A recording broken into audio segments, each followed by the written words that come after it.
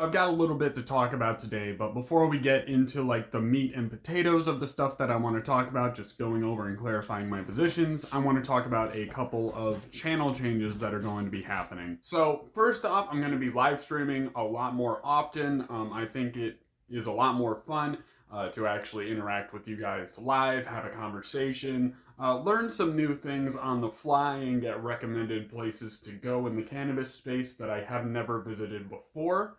I'm going to be working on getting software so I can do the screen share and so you guys can see me and my laptop screen at the same time. Into doing that, we finally hit the milestone where I can have channel members. So if you want to join the Express member team, it's $4.99 a month. You'll get exclusive content. I'm going to be working on a weekly show called Coffee with Cannabis. That's going to be Saturday mornings at 10 o'clock. And once I start going full-time on YouTube, it's going to revert back to 9 or maybe even 8 in the morning, but that's all going to be a work in progress. But the main thing I wanted to address in this video is actually going to be talking about the BelLeaf controversy and kind of tying that up. It's been a week since I posted that video. People have said their pieces. My dog's in the background going absolutely berserk, just disgruntled and disheveled about the whole situation. So what is actually going on? So there were a lot of people in my comment section talking about the situation, and if you want to see it, go check it out. It's on my channel. I'll put a link in the description below if you have no idea what I'm talking about at this moment. We've heard what there was to hear. We saw what there was to see, which there wasn't really much to see. But what was actually going on with that situation is BelLeaf, his name is Dan, from BelLeaf, did some sketchy stuff behind the scenes, and one thing we didn't know is that he had a history of not being able to control his rage, an alleged history, and we got that video that I showed. And from what I can hear in the video, there's obviously verbal abuse. He is attacking her as a person, saying that she's ungrateful, a fat B word, all these things, just completely tearing down her character. There was a surprising amount of support on BelLeaf's part under that video. For the life of me, I cannot understand why people would support that type of behavior, because in the video, it did not seem like she was being overly aggressive or saying anything unnecessary. She was trying to verbally defend herself.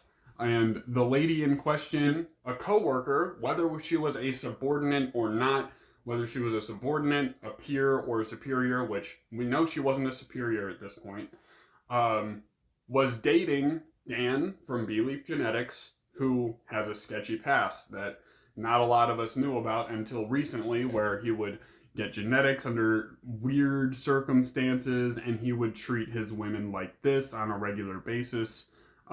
Well, at least we know he would behind closed doors because of this video that was undercovered. And I don't really care about the frequency when it comes to this kind of behavior. I care that it happened.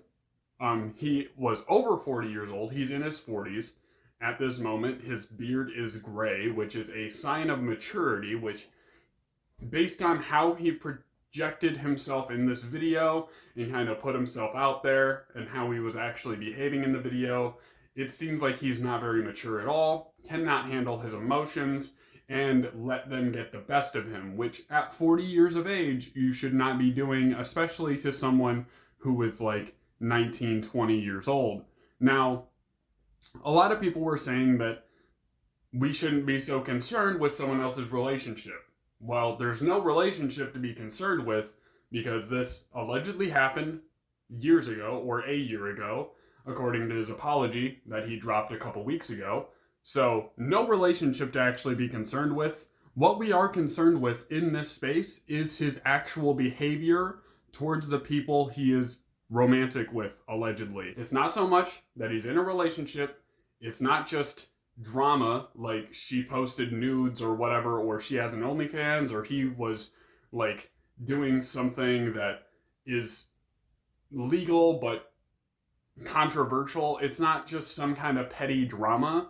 This was actual domestic abuse, verbal or physical, or both, possibly. So it's something we should take seriously, and something where if he is not fired from Beleaf Genetics or removed from Beleaf Genetics, I don't believe we should be supporting a platform that's willing to have him on, or someone who acts like him on. It doesn't make any sense to me.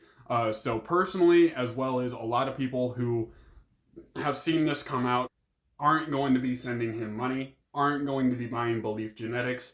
They're overpriced. He got them with sour intentions. He got them through shady means. And he treats people he allegedly loves like garbage from what we saw. So just to tie up the situation, I don't support Beleaf Genetics. I don't support Dan Yule specifically.